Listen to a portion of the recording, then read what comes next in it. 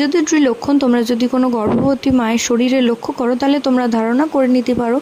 যে গর্ভের আগত সন্তানটি একটি ফুটফুটে পুত্র সন্তান আসতে চলেছে। তো প্রথমত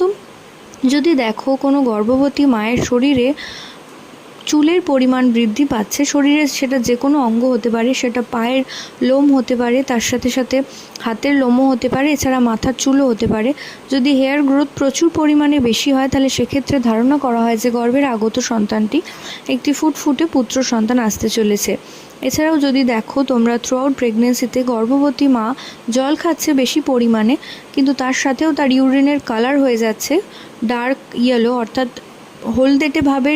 টয়লেট পাস হচ্ছে, ইউরিন পাস হচ্ছে, তো সেক্ষেত্রে তোমরা ধারণা করে নিতে পারো যে গর্ভের আগত সন্তানটি একটি ফুটফুটে পুত্র সন্তান আসতে চলেছে। কারণ ইউরিনের কালার ইয়েলো হলে মনে করা হয় যে শরীরে ডিহাইড্রেশনের জন্য কালার